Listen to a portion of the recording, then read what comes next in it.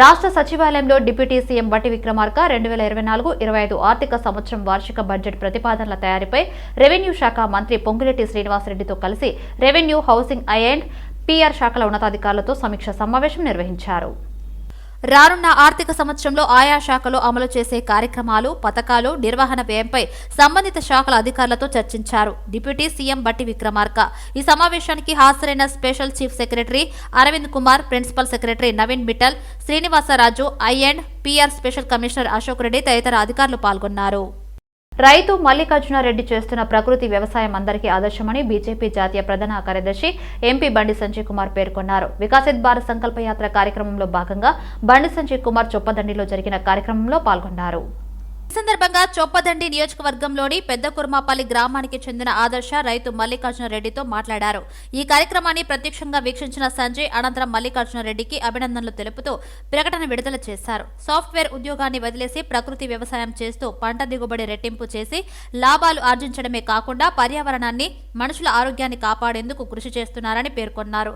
రసాయన ఎరువులు వాడే రైతాంగంతో పాటు నేటి యువత మల్లికార్జునరెడ్డిని ఆదర్శంగా తీసుకోవాలని కోరారు. రసాయన ఎరువులతో పని లేకుండా ప్రకృతి వ్యవసాయంతో పంట దిగుబడి రెట్టింపు ఏ విధంగా చేయొచ్చో మల్లికార్జునరెడ్డి నిరూపించారు అని కొనియాడారు. వ్యవసాయం అంటే పొలానికే పరిమితం కాకుండా ఆవులు, మేకలు, కోళ్లు, చేపలను కూడా పెంచుతూ మల్లికార్జునరెడ్డి ఆదాయాన్ని సంపాదిస్తున్నారు. రంగారెడ్డి జిల్లా మహేశ్వర్ నియోజకవర్గంలోని రైతులు నిరసన వ్యక్తం చేశారు.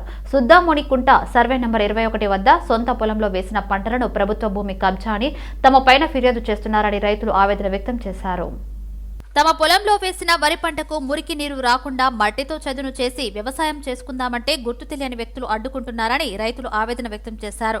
మురికి నీరు కారణంగా వేసిన వరి పంట వేసిన చేతికి అందడం లేదని వాపోయారు. గతంలో వరి పొలం నీట మునగడంతో స్థానిక మంత్రి సైతం సందర్శించి న్యాయం చేస్తామని హామీ ఇచ్చారన్నారు. వ్యవసాయ సాగు చేసుకునేందుకు మాత్రమే మట్టి నింపడం జరిగిందన్నారు. ప్రభుత్వ భూమి తాము కబ్జా చేసినట్లు నిరూపిస్తే మీరు ఎలాంటి శిక్ష వేసినా స్వీకరిస్తామన్నారు. రైతు నరసింహ కుటుంబ సభ్యులు వాపోయారు. ఇది మా మీద కంప్లైంట్ ఇచ్చారు. ఇక్కడ మేము ప్రభుత్వ భూమిలో మట్టి పోస్తున్నామని. ఇది ప్రభుత్వ భూమి కాదు, ఇది మా పట్టా ల్యాండ్ 21 సర్వే నెంబరు. ఇది ఆల్రెడీ ఇంతకుముందుకు పోలీసు వాళ్ళు మా మీద కంప్లైంట్ కూడా చేశారు. ఆల్రెడీ మా మీద కేసు కూడా అయింది. మేము అప్పటికి 8 నెలల ముందే ఆపేసినాం. ఇది మొత్తం మేము ఏం చేస్తలేము. ఇక్కడ వ్యవసాయం చేసుకోవడానికి మేము మట్టి పోసుకుంటున్నాం అంతే. మురికి నీళ్ళు రావడం వల్ల అక్కడ పైనుంచి మురికి నీళ్ళు వస్తున్నాయి. బంద్ చేస్తే మాకు చెరువు ఎంత ఉన్నాయి, చెరువు గత 4 సంవత్సరాల నుంచి ఎంత లేదు. మురికి కాలువలు అన్నీ అవుతుంది. మాకు అవి బంద్ చేస్తే మేము ఇక్కడ మట్టి పోయేమో, మేము ఉన్న మట్టి కూడా తీసేస్తాం. మేము వ్యవసాయం చేసుకోగలుగుతాం. మేము ఆ మట్టి పోయకుండా మాకు అందరు కబ్జా పెడుతున్నారు. అంటే కబ్జా ల్యాండ్ కాదు, ఇది పట్టా ల్యాండ్. దయచేసి మేము అమ్ముకోవడానికి కాదు ఇది. సరే, అందరికి నమస్కారం. ఇది మా పట్టణ మా పెద్దలు సంపాదించింది. ఇది నా పెళ్ళి కూడా 40 ఏళ్ళు అవుతుంది. 40 ఏళ్ల సంది కూడా ఈ భూమిలో చేసినాము. మేము సంవత్సరానికి ఒక్కసారి కూడా పంట పండించుకుంటాం. ఇప్పుడు మురికిలు చుట్టుపక్కల ఊళ్ళు రాయి ఆ మురికి నీళ్ళు వచ్చి ఈ మా భూమిలో పడుతున్నాయి. దాన్ని తీయలేక నీళ్లు ఎవ్వరు మలపలేక పోతురు. ఇప్పుడు మేము చేసుకుందామంటే మాకు రెక్కలు లేకుండా అయినా మా పిల్లలన్నా చేసుకొని బతుకుతారంటే ఇంత మట్టి పోసుకొని, ఇంత దీని మీద ఎర్రమట్టి పోసుకొని, ఇంత ఎరువు పోసుకొని, ఏదో ఇంత బెండ చెట్లో పాలకూరను పోసుకొని మేము అమ్ముకొని బతుకుతున్నాం సార్. ఇట్లా మమ్మల్ని అన్యాయం చేయకుర్రి, బాధ పెట్టకుర్రి మమ్మల్ని. మా పిల్లలకు తెలియదు. ఇప్పుడు మా పెద్దలు పోయారు. మా పెద్దల తర్వాత మేము కోడాన్లం, మా కోడాన్ల తర్వాత మా కోడాన్లు, మా కొడుకులు. సర్వే నంబరు మా తాతల ముత్తాతల సంది ఉన్న భూమి. మాకు 38 ఫీటీ ఉన్నది, 38 ఉన్నది, పట్టాలు ఉన్నాయి. మాకు 21 సర్వే నంబరు మొత్తం 18 ఎకరాల చిల్లర భూమి మాది. ఇప్పటిదాకా మా కాకలు, మా తండ్రులు అందరూ చేసుకున్నారు. మా పిల్లల పేరు మీద అయినాక మేము ఊరు వాళ్ళు చేసుకుంటున్నాం. ఊరంతరాలు చేసుకుంటున్నాం. ఇప్పుడు చేసుకుంటుంటే ఇది గవర్నమెంట్ భూమి అయితే కాదు. గవర్నమెంట్ భూమి ఒక్క ఇంచు కూడా మాకు వద్దు. సర్వే కూడా పెట్టినాం. సర్వే కూడా చేసుకోరు. ఇంతకుముందుకు నేను వార్డు నెంబర్ ఉన్నప్పుడు కూడా సర్వే పెట్టించిన. గవర్నమెంట్ ల్యాండ్ అవుతుందని చెప్పి గుంతలు కూడా పెట్టించాను. పెద్ద నేను వార్డు నెంబర్ ఉన్నప్పుడు మంచిగా కుమ్రే ఉన్నప్పుడు మా భూమి సరిగ్గా అద్దుతూ పెట్టిపోయారు. నా తాను మ్యాప్ అనేది లేదు. మసూద్ రెడ్డి తాను ఉంటే మసూద్ రెడ్డి చచ్చిపోయింది. లేకపోతే ఇప్పుడు మీకు కూడా చూపెడతాడు మ్యాప్ అది. అట్లా అని చెప్పి మీకు అందరికీ నమస్కారం చేసి చెప్తున్నాం. దానివల్ల ఏమైనా మాకు ప్రాబ్లం అయింది అనుకో, మా నష్టపరిహారం కూడా కట్టాలి. మాకు పట్ట ల్యాండ్ కాకుంటుంటే నష్టపరిహారం కూడా కట్టాలి. ఏమైనా మీ గవర్నమెంట్ ల్యాండ్లోకి వచ్చి పోస్తే మేము ఎంత ఖర్చుగా పెట్టుకుంటాం. మెట్టుగూడ డివిజన్ పరిధిలో కార్పొరేటర్ రసూరి సునీత రమేష్ పర్యటించారు. హనుమాన్ టెంపుల్, సాయి నికేతన్ స్కూల్ సమీపంలో కొనసాగుతున్న పెండింగ్ రోడ్డు అధికారులతో కలిసి కార్పొరేటర్ సునీత రమేష్ పరిశీలించారు. రోడ్డు పనులను ప్రజలకు ఎటువంటి ఇబ్బందులు లేకుండా త్వరితగతిన పూర్తి చేసి అందుబాటులోకి తీసుకురావాలని కార్పొరేటర్ సునీత రమేష్ అధికారులకు సూచించారు. రోడ్డు నిర్మాణ పనులలో నాణ్యత ప్రమాణాలు తప్పక పాటించాలని అధికారులు తెలిపారు. ప్రధాని మోదీ పిలుపుతో ఆలయాల్లో స్వచ్ఛ కార్యక్రమానికి బీజేపీ నేతలు శ్రీకారం చుట్టారు. ఇప్పటికే పలు చోట్ల నేతలు ఆలయాలను శుద్ధి చేశారు. ఇందులో భాగంగానే కరీంనగర్లో బండి సంజయ్ స్వచ్ఛత కార్యక్రమం చేపట్టారు. అయోధ్యలో రామమందిర ప్రారంభోత్సవం సందర్భంగా ఆలయాలు, పుణ్యక్షేత్రాల్లో స్వచ్ఛత కార్యక్రమాలకు ప్రధాని మోదీ పిలుపునిచ్చారు. ఈ నేపథ్యంలోనే కరీంనగర్ పట్టణంలోని పద్మానగర్లో ఉన్న శివాలయంలో స్వచ్ఛత కార్యక్రమంలో బీజేపీ జాతీయ ప్రధాన కార్యదర్శి ఎంపీ బండి సంజయ్ కుమార్ పాల్గొన్నారు. ఆలయ పరిసరాలను నల్ల పంపుతో స్వయంగా బండి సంజయ్ శుద్ధి చేశారు. ఈ కార్యక్రమంలో పలువురు బీజేపీ నేతలు కూడా పాల్గొన్నారు. ఇటీవల బషీర్బాగ్లో కనకదుర్గ అమ్మవారి ఆలయంలో స్వచ్ఛత కార్యక్రమంలో కేంద్ర మంత్రి కిషన్ రెడ్డి పాల్గొన్నారు. సికింద్రాబాద్ గాంధీ మెడికల్ కళాశాల పూర్వ విద్యార్థి తెలంగాణ డెవలప్మెంట్ ఫోరం అమెరికా అధ్యక్షుడు డాక్టర్ దివేష్ కుమార్ ఆధ్వర్యంలో నిరుపేద రోగుల పట్ల దాతృత్వాన్ని చాటుకున్నారు. గాంధీ ఆసుపత్రి వద్ద రోగులకు వైద్య పరికరాలను అందజేశారు. ఆరోగ్య సేవ పథకంలో భాగంగా గ్యాస్ట్రో ఎంట్రాలజీ విభాగానికి సంబంధించిన విలువైన వైద్య పరికరాలను ఉచితంగా గాంధీ ఆసుపత్రి సూపరింటెండెంట్ రాజారావుకు అందజేశారు. దాదాపు 50 లక్షల విలువైన వైద్య పరికరాలను గాంధీ ఆసుపత్రిలో చికిత్స పొందే పేద రోగుల కోసం ఆయన ఉచితంగా సహాయం చేయడం పట్ల గాంధీ ఆసుపత్రి సూపరింటెండెంట్ రాజారావు సంతోషం వ్యక్తం చేశారు. గ్యాస్ట్రో ఎంట్రాలజీ విభాగానికి సంబంధించి మెడికల్ కళాశాలలో ప్రత్యేక శిక్షణ శిబిరాన్ని నిర్వహించిన అనంతరం వైద్య పరికరాలను అందజేసినట్టు తెలిపారు. వివిధ ప్రాంతాల నుండి వచ్చే నిరుపేద రోగులకు వైద్య పరికరాలు ఎంతగానో ఉపయోగపడతాయని గాంధీ ఆసుపత్రి సూపరింటెండెంట్ రాజారావు అన్నారు. ఇక్కడ నేను ముందు వచ్చిన 50 lakhs వర్త్ ఎక్విప్మెంట్ ఇచ్చి డొనేట్ చేసినాం. ఇప్పుడే అవి మన స్టేట్ అందరికీ డిస్ట్రిక్ట్ నుంచి వచ్చిన వాళ్ళకు పూర్ పేషెంట్స్కు మంచిగా హెల్ప్ అవుతుంది. తర్వాత ఇక్కడ డిఎం అంటే ఎంబీబీఎస్ తర్వాత ఎండి తర్వాత డిఎం క్యాండిడేట్స్ గ్యాస్ట్రోఎంట్రాలజీ ట్రైనీస్ ఉంటారు. వాళ్ళు 15 మంది ఉంటారు. వాళ్ళకు వచ్చి నేను క్లాసెస్ తీసుకొని వాళ్ళకు అడ్వాన్స్డ్ ట్రైనింగ్ టెక్నిక్స్ ఎట్లా చేయాలి చేయించడం జరిగింది. ఇక అదేవిధంగా మేము టీడీఎఫ్ వేరే ప్రోగ్రామ్స్ ఏంటంటే ఫస్ట్ ఎడ్యుకేషన్ మీద ఎడ్యుకేషన్ చాలా important. Primary, secondary and high school education rural ఏరియాలో ఎట్లా ఇంప్రూవ్ చేయాలో దాని మీద చాలా వర్క్ చేసినాము. తర్వాత గవర్నమెంట్ దగ్గరకు అప్రోచ్ అయ్యి వాళ్ళకి ప్రజెంట్ చేస్తాము.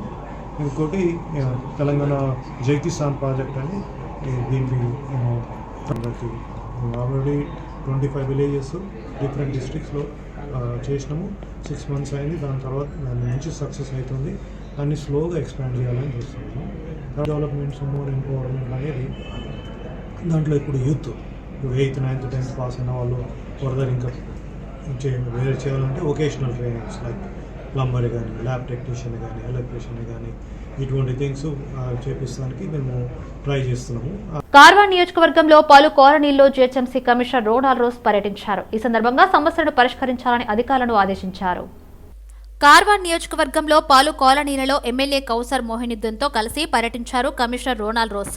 జియాగూడ, గోల్కొండ ఫోర్ట్, టోలీ చౌక్, సాలార్జంగ్, ఆదిత్యనగర్లో కార్వాన్ శాసనసభ్యులు కౌసర్ మోహినుద్దీన్తో కలిసి రోడ్లు నిర్వహణ, స్టాంప్, వాటర్ డ్రైనేజీ, పారిశుద్ధ్య పనులను పరిశీలించిన commissioner Ronald Rose stamp, water drainage, రోడ్లు, పారిశుద్ధ్య నిర్వహణపై ప్రజలు ఎదుర్కొంటున్న ఇబ్బందులను కమిషనర్కు వివరించారు. ఎమ్మెల్యే అన్ని సమస్యలను పరిష్కారం చేయాలని అక్కడికక్కడే అధికారులను ఆదేశించారు commissioner Ronald rose.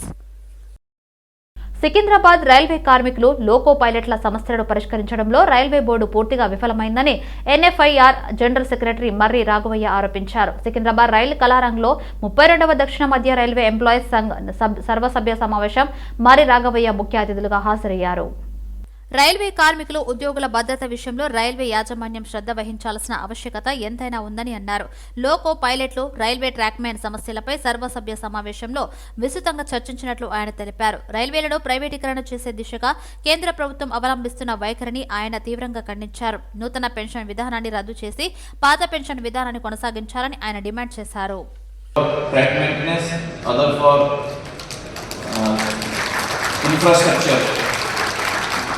Civil infrastructure, that is creation of new track. That clearly indicates your focus towards maintenance, towards safety, as well as for creation of infrastructure. That is what is required to grow a railway, grow any organization. The maintenance as well as the creation of infrastructure. He doesn't leave any item whenever he finds the opportunity. He brings all your grievances, all your issues And I must say that all those issues are genuine. There is nothing else than genuine issues will come from you. Whenever he finds opportunity or whenever because he is the General Secretary of NFIR also, so most of the time he is in Delhi. But whenever he is coming to Hyderabad, 22న ప్రతి ఇంటా పండుగ వాతావరణం, ప్రతి ఆలయంలో ఆధ్యాత్మిక శోభ వెలువరియాలని MLA Gudem Mahipal Reddy అన్నారు. శ్రీ కోదండ సీతారామస్వామి ఆలయంలో ఏర్పాటు చేసిన సమావేశంలో గూడెం మహిపాల్ రెడ్డి పాల్గొన్నారు.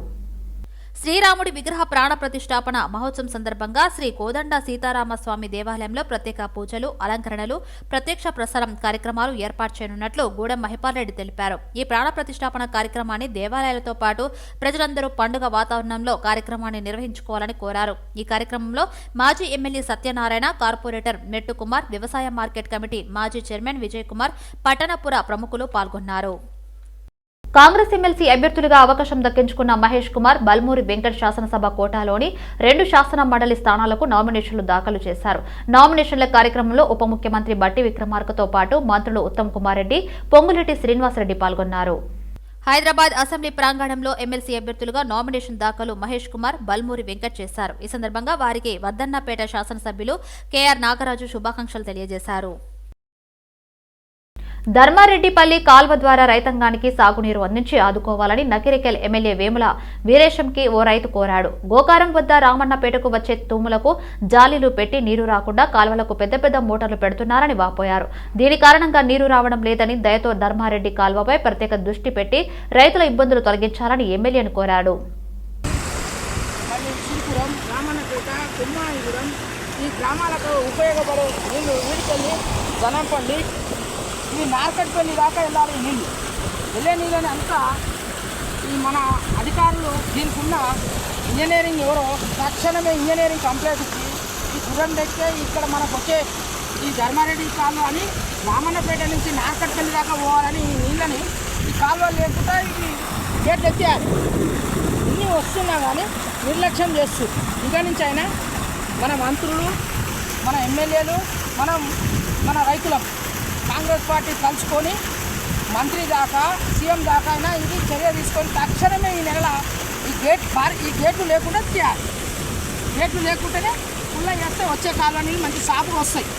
ఇప్పుడు పెద్ద పెట్టుబడులు పెట్టినా అవి తర్వాత పెట్టుబడులు.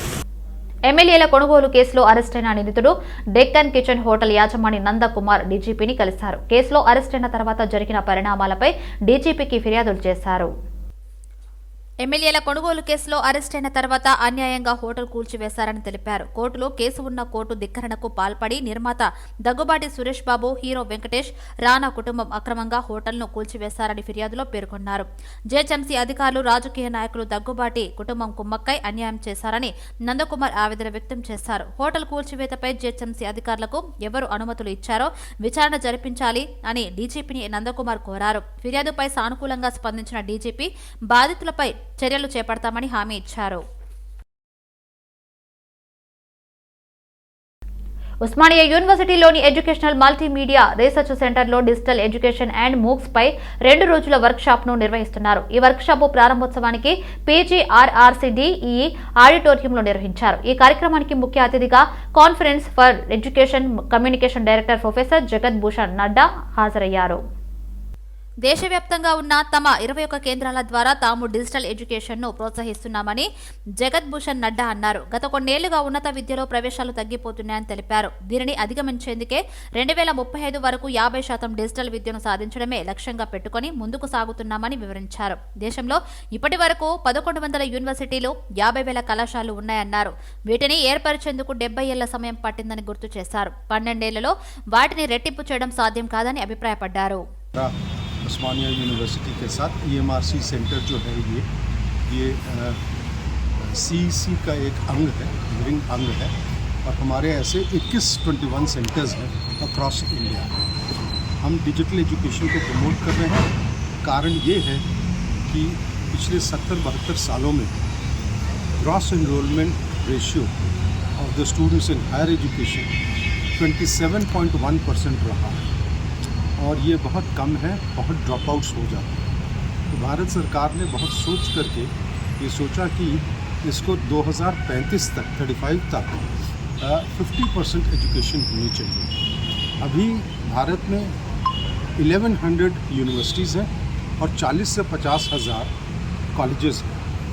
इन 12-13 सालों में ना इतने यूनिवर्सिटीज़ बन सकते हैं और ना इतने कॉलेजेस बन सकते हैं। ये कल्पना भी नहीं है, क्योंकि 70 साल में जब 1100 बने तो मेरे ख्याल में 12 साल में इतने यूनिवर्सिटीज़ और कॉलेजेस नहीं बन सकते हैं। इसलिए एक ही वे है, there is only one way, and that is digital education. దేశంలోని ఆలయాల పరిసరాలను పరిశుభ్రంగా తీర్చిదిద్దేందుకు శ్రమదానం చేయాలన్న ప్రధాని నరేంద్ర మోదీ పిలుపు మేరకు బీజేపీ జాతీయ ఉపాధ్యక్షురాలు డీకే అరుణ మక్తల్ నియోజకవర్గంలోని మల్లికార్జున స్వామి ఆలయంలో స్వచ్ఛతా కార్యక్రమంలో బీజేపీ జాతీయ ఉపాధ్యక్షురాలు డీకే అరుణ పాల్గొన్నారు.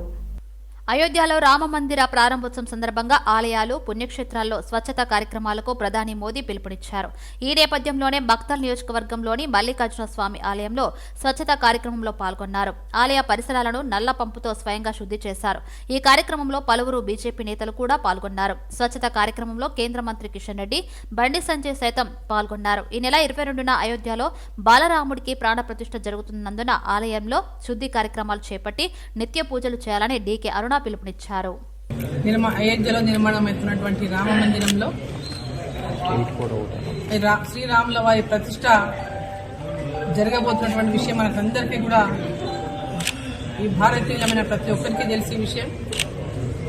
మన ప్రధాని నరేంద్ర మోదీ గారు ఇవాళ దేశ వ్యాప్తంగా ఉన్నటువంటి దేవాలయాల్లో, పుణ్యక్షేత్రాలు, దేవాలయాలు, ప్రతి మారుమూల గ్రామాల్లో ఉన్నటువంటి దేవాలయాల్లో కూడా ఇవాళ ప్రతి ఊళ్ళో ఈ దేవాలయాలను శుభ్రపరచుకొని, దేవాలయ పరిసరాలను శుభ్రపరచుకొని, పవిత్రమైనటువంటి దేవాలయాల్లో పూజలు నిర్వహించి, మరి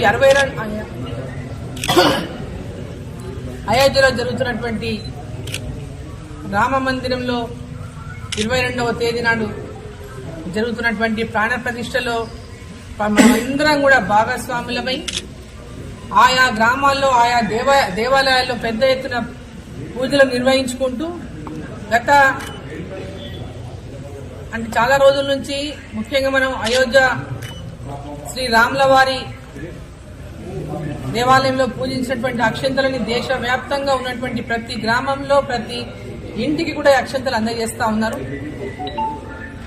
అయోధ్య రామ మందిరం నుంచి ప్రతి ఒక్క గ్రామానికి ఈరోజు అక్షంతలు అందజేసేటువంటి కార్యక్రమం ప్రతి ఇంటికి కూడా జరుగుతూ ఉంది. వాళ్ళు అందిస్తా ఉన్నారు.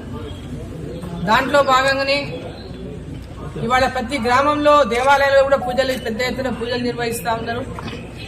పెద్ద ఎత్తున ఆలయాల శుభ్రం చేయడానికి కార్యం 14వ తేదీన ప్రారంభమైంది.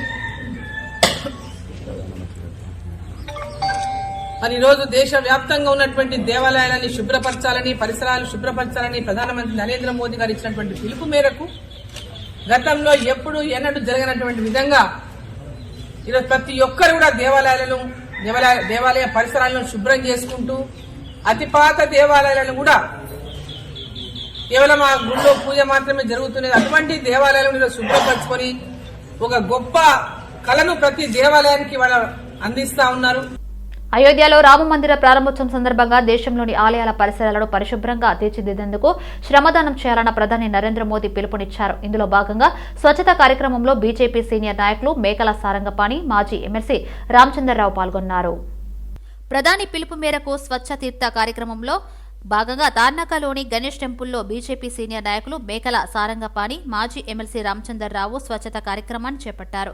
ఆలయంలో పరిసరాలను స్వయంగా నాయకులు శుభ్రం చేశారు. ప్రధాని మోదీ తెలంగాణ రాష్ట్ర బీజేపీ అధ్యక్షుడు కిషన్ రెడ్డి పిలుపు మేరకు స్వచ్ఛ తీర్థ కార్యక్రమంలో పాల్గొనడం జరిగిందన్నారు. కార్యక్రమంలో బీజేపీ నాయకులు కందాడి నాగేశ్వర్ రెడ్డి, వేణు యాదవ్ తదితరులు పాల్గొన్నారు. సైబరాబాద్ కమిషనరేట్ పరిధిలో రోజురోజుకి పెరుగుతున్న ట్రాఫిక్ రద్దీని దృష్టిలో ఉంచుకొని కఠిన నిబంధనలు అమలు చేయడం జరుగుతుందని ట్రాఫిక్ డీసీపీ శ్రీనివాస్ అన్నారు. ట్రాఫిక్ నిబంధనలపై ట్రాఫిక్ డీసీపీ శ్రీనివాసులు కీలక సూచనలు చేశారు. భారీ వాహనాలు 7 గంటల నుంచి రాత్రి 10 గంటల వరకు రోడ్లపై నిషేధించబడిందన్నారు. అన్ని భారీ వాహనాలు, నెమ్మదిగా కదిలే వాహనాలు, ఫ్లైఓవర్లపై అనుమతిని నిషేధించినట్టు తెలిపారు. నిషేధిత సమయాల్లో ఏవైనా భారీ వాహనాలను తిరుగుతున్నట్లయితే మోటార్ వెహికల్ యాక్ట్ ప్రకారం మొదటిసారి జరిమానా విధించబడుతుందని, రెండవసారి దొరికినచో వాహనాలు సీజ్ చేసి ఆర్టీఏకి అప్పగిస్తామని హెచ్చరించారు. సైబరాబాద్ పరిధిలో వాహనాలు నడిపే ఆటో డ్రైవర్లు, క్యాబ్ డ్రైవర్లు, ఇతర రవాణా వాహనాల డ్రైవర్లు యూనిఫామ్ ధరించాలని సూచించారు. అదేవిధంగా ఫుట్పాత్ల ఆక్రమించిన వ్యాపారుల మీద చర్యలు తీసుకోవడం జరుగుతుందని తెలిపారు. అన్ని ఫ్లైఓవర్ల పైన అన్ని ఫ్లైఓవర్స్ మన సైబరాబాద్ లిమిట్స్లో ఉన్న అన్ని ఫ్లైఓవర్ల పైన ఇవి మన కమర్షియల్ వెహికల్స్, అలాగే స్లో మూవింగ్ వెహికల్స్, ఈ ట్రాక్టర్స్ వీటి కూడా ప్రవేశం లేదు. వాళ్ళు ఏదైనా పోవాలనుకుంటే ఎట్టి పరిస్థితుల్లో పక్కన ఉన్న సర్వీస్ రోడ్ నుంచి పోవాలి.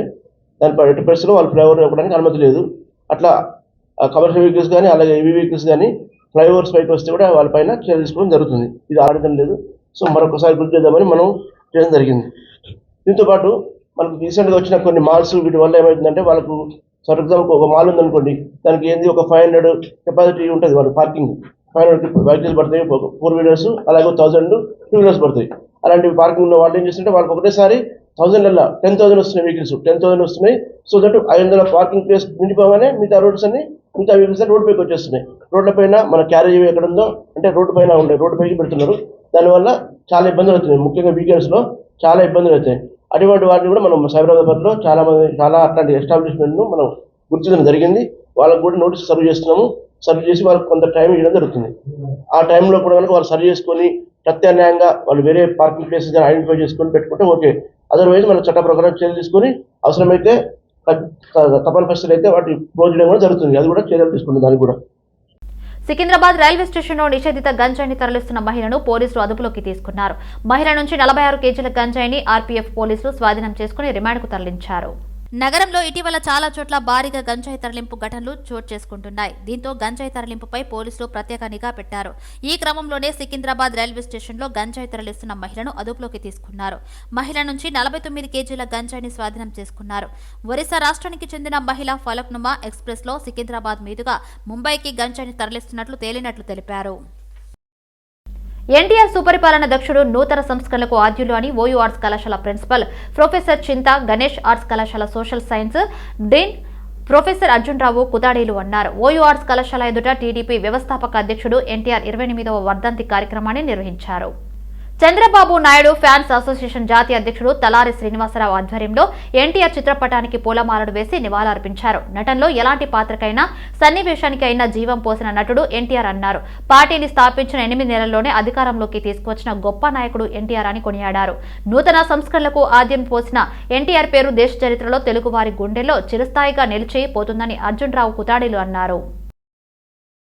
Visakha industries MS vigilance securities లావాదేవీల వ్యవహారంలో చెన్నూరు కాంగ్రెస్ ఎమ్మెల్యే గడ్డం వివేక్ ఈడీ ఎదుట విచారణకు హాజరయ్యారు. 8 కోట్ల రూపాయల బ్యాంకు లావాదేవీలపై గతంలో తెలంగాణలో పోలీసులు కేసు నమోదు చేశారు. ఈ సందర్భంగా తెలంగాణ అసెంబ్లీ ఎన్నికల సమయంలో Visakha industries MS vigilance security services మధ్య 100 కోట్ల రూపాయల లావాదేవీలు జరిగినట్లు తేలింది.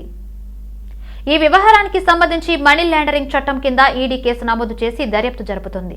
ఈ విషయమై నేడు వివేక్ ను ప్రశ్నించింది. గత ఏడాది నవంబర్ నెలలో విశాఖ సంస్థల్లో ఈడీ అధికారులు సోదాలు నిర్వహించారు. MS vigilance security services bogus సంస్థ అని గుర్తించి కోట్లాది రూపాయలకు సంబంధించిన డాక్యుమెంట్లను స్వాధీనం చేసుకున్నారు. సికింద్రాబాద్ నియోజకవర్గం తార్నాక డివిజన్ మాణికేశ్వరి నగర్లో ఆంధ్రప్రదేశ్ మాజీ ముఖ్యమంత్రి నందమూరి తారక రామారావు 28వ వర్ధంతి వేడుకలు టీడీపీ నాయకులు నిర్వహించారు. ఈ సందర్భంగా తార్నాక డివిజన్ టీడీపీ అధ్యక్షుడు గండికోట విజయ్ ఎన్టీఆర్ చిత్రపటానికి పూలమాలలు వేసి నివాళులర్పించారు. ఈ సందర్భంగా ఎన్టీఆర్ చేసిన సేవలను కొనియాడారు. కార్యక్రమంలో ఆలకుంట బుచ్చయ్య, సహదేవ, గండికోట గిరిబాబు తదితరులు పాల్గొన్నారు.